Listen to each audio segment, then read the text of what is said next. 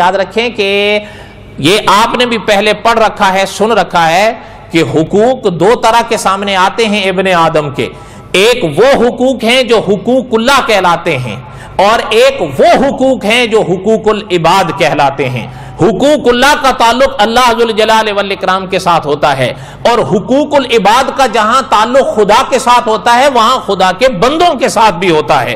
اس لیے فقہاء نے لکھا ہے کہ جس خطا کا جو حال ہوگا توبہ بھی ویسی ہی ہونی چاہیے. اللہ نہ کرے مثلا اگر ایک شخص نے نماز نہیں پڑھی، مانتا ہے کہ میں خطا وار اور قصوروار ہوں کہ نماز نہیں پڑھی، میرے ذمہ فرض تھی لیکن پڑھی نہیں، علماء نے لکھا ہے یہ اس کے ذمہ رہے گی. کب تلک؟ جب تلک یہ قضا نہیں کرے گا. حتیٰ کہ اکابر کے بڑے عجیب فرامین ملتے ہیں کہ یہاں نہیں، اگر کعبے میں چلا جائے اور صرف یہ نہیں کہ سجدہ وہاں مسجد حرام کے فرش پر، بلکہ اپنی یہ پیشانی کعبے کی پاک دیواروں کے ساتھ مار مار کر پھوڑ بھی دے، تب بھی اگر اس کے ذمے یہاں کی فجر نماز رہتی ہے تو وہ وہاں سے ادا نہیں ہو جائے گی، فقط پھوڑنے سے ماتھا. کب تلک؟ جب تک قضا نہیں کرے گا. فضیلت اپنی جگہ ہے کہ وہاں ایک انسان ایک نماز پڑھے تو لاکھوں کا ثواب پائے، وہ اپنی جگہ ہے، لیکن یہاں کی دو رکعتیں اس کے ذمے تب تلک رہیں گی جب تک وہ ان کو قضا نہیں کرے. یہ متفق علیہ مسئلہ ہے، سیدھی بات. جب اکابر نے، یاد رکھیں اکابر نے لکھا ہے اگر کسی کے ذمے نمازیں ہیں توبہ سے وہ بھی معاف نہیں ہوں گی، زیادہ سے زیادہ توبہ سے گناہ معاف ہوگا. نمازیں اطاعت کی ہیں وہ معاف نہیں ہوں گی، ان کو لوٹانا پڑے گا. بہرحال جو بات اب عرض کر رہا تھا کہ اکابر نے فرمایا خدا نہ کرے اگر کسی کے ذمہ فرض نماز ہے وہ قضا کرنی ہے، لیکن ایک بات تو آپ بھی خوب سمجھ سکتے ہیں، حق کس کا ہے؟ یہ نماز حق کس کا ہے؟ بندے کا ہے یا اللہ کا ہے؟ تو توبہ کس کے سامنے کرے گا اور معافی کس سے مانگے گا؟ اور اب قضا کر لے گا تو انشاءاللہ گناہ بھی معاف ہو گیا اور نماز بھی ادا ہو گئی. کسی بندے کے پاس جا کے معافی مانگنے کی ضرورت نہیں ہے. کیوں؟ یہ حق جس پاک ذات کا تھا ان کے آگے مانگ لیا. اب آئیے دوسری بات، یہ حقوق اللہ میں سے ہے. اگر میرے ساتھ کہہ دیں یہ حقوق اللہ میں سے، خدا نہ کرے گر کسی کے ذمہ فرض روزہ ہے اس نے نہیں رکھا، تو یاد رکھیں نہیں رکھا ہے تو علماء نے فرمایا یہ اس کی گردن پر رہے گا. کب تلک؟ جب تلک قضا نہیں کرے گا. لیکن یہ حق کس کا ہے؟ اللہ کا ہے. جس دن اللہ تعالیٰ سے معافی مانگ لی اور روزے کو قضا کر لیا تو انشاءاللہ معافی مل جائے اور روزہ بھی ادا ہو جائے گا، ذمے سے ساکت ہو جائے. لیکن یہ دائرے سارے حقوق اللہ کے ہیں. اگلی بات سنیں، خدا نہ کرے گر کسی کے ذمے 2 رکعت فرض فجر کے رہتے تھے، اس نے اللہ تعالیٰ سے معافی مانگ لی اور قضا کر لی، انشاءاللہ گناہ بھی معاف ہو گیا اور نماز بھی ادا ہو گئی. بولو نا، ہو گئی. لیکن خدا نہ کرے گھر کسی انسان کے ذمے کسی انسان کے 200 روپیے ہوں، میں مثالی بات کر رہا ہوں، کم بھی ہو سکتے ہیں زیادہ بھی ہو سکتے ہیں. گھر کسی انسان کے ذمے کسی انسان کے 200 روپیے ہوں، حق کس کا ہے؟ یہ حقوق العباد کے دائرے ہیں. علماء نے لکھا ہے اگر اس کو احساس ہو جائے تو 2 رکعت صلاۃ التوبہ فقط نہیں، 2000 رکعت صلاۃ التوبہ بھی پڑھ لے، لیکن اس آدمی کو وہ عوض واپس نہ دے یا اس سے معاف نہ کرائے تو اللہ کی پاک بارگاہ میں اس کے یہ 200 روپیے معاف نہیں ہوں گے.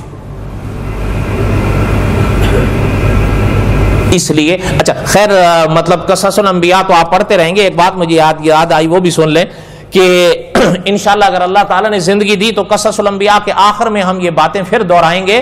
لیکن یہ بات سن لیں کہ آقا صلی اللہ علیہ وسلم کا جب اس دنیا سے پردہ فرمانے کا وقت آیا، علماء سیرت نے لکھا ہے کہ آقا صلی اللہ علیہ وسلم مسجد نبوی میں تشریف لائے بڑی مشکل سے.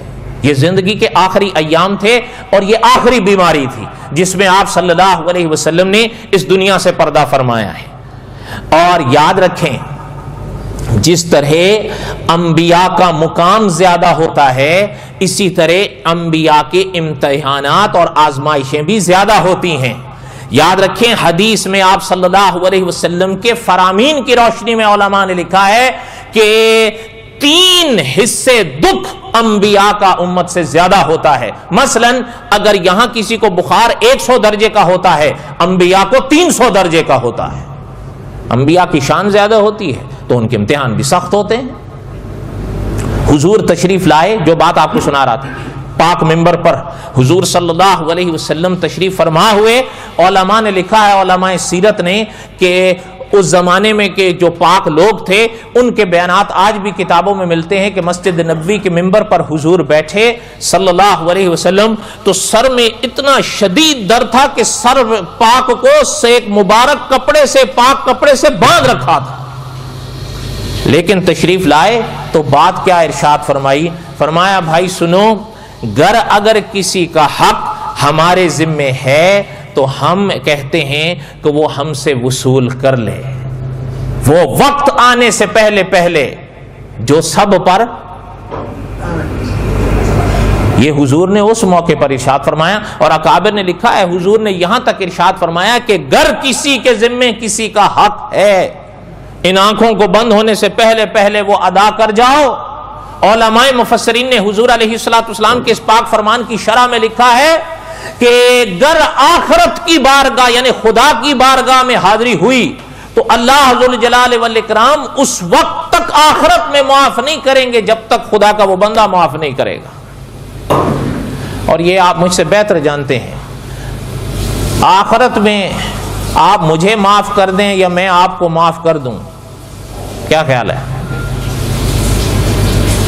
اور یہ بھی آپ مجھ سے بہتر جانتے ہیں، اس دنیا کی کرنسی نوٹ ہیں یا کسی زمانے میں درہم اور دینار ہوتے تھے، آخرت کے زمانے اور آخرت کے عالم کی کرنسی نیکیاں ہیں، وہاں کے بدلے نیکیوں سے چکائے جائیں گے. اس لیے علماء نے لکھا ہے کہ حضرت یعقوب علیہ السلام کی جو بات آگے آ رہی ہے، حضرت کا اس میں بھی پیغام یہی تھا. اور آقا صلی اللہ علیہ وسلم آخری دنوں میں منبر پر بیماری کی حالت میں بیٹھ کر یہ اعلان فرما گئے کہ گر کسی کے ذمہ ہے، میرے بھی گر کوئی کسی کے ذمہ ہے تو وہ لے لے. اور دوسروں کو بھی سبق دے گئے کہ گر کسی کا حق اپنے ذمے لیے ہوئے ہو تو اس کو مرنے سے پہلے پہلے ادا کر جاؤ.